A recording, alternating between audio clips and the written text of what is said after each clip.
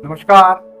स्वागत है आप सभी का आज की चर्चा में। आज की चर्चा का विषय है पति पत्नी।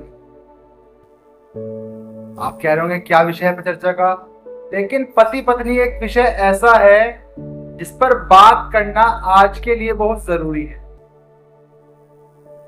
क्यों? क्योंकि आने वाले समाज को जितनी ज्यादा दिक्कत फेस करनी पड़ रही है वो इन पति पत्नी की वजह से ही करनी पड़ रही है। एक बात करते हैं कि एक पत्नी, मैं पूरे समाज को नहीं कह रहा, एक एक्सेप्शन बता रहा हूं कि एक पत्नी पूरे दिन की अपने सास ससुर ननंद सबकी जितनी बुराई है अपने पति से कर देती है। लेकिन अगर यही काम पति अपने सास ससुर अपने साले साली की बुराइयां अपनी पत्नी से कर दें तो इतना सुनते ही पत्नी के माथे में सलवट आ जाती है, वो बुरा मान जाती है। और ये कई बार ये बुरा मानना इतना बड़ा विवाद बन जाता है कि तलाक तक की नौबत आ जाती है। ऐसा क्यों?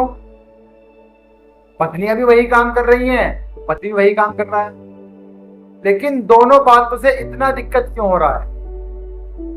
जब पति को बुरा बोला जा रहा है तो पति कुछ नहीं करता। वो क्यों?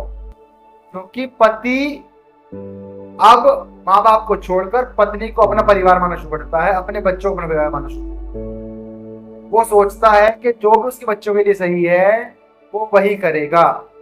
अगर माता पिता गलत हैं तो वो माता पिता से दूर हो जाएगा। लेकिन पत्नी सोचती है कि आपने मेरे माता को बुरा बोला तो आप गलत हो। क्यों? क्योंकि मैं अपने माता पिता से दूर हो गई। आज के टाइम में कोई दूर नहीं होता, सब इंडिपेंडेंट रह रहे हैं, अलग रह रहे हैं।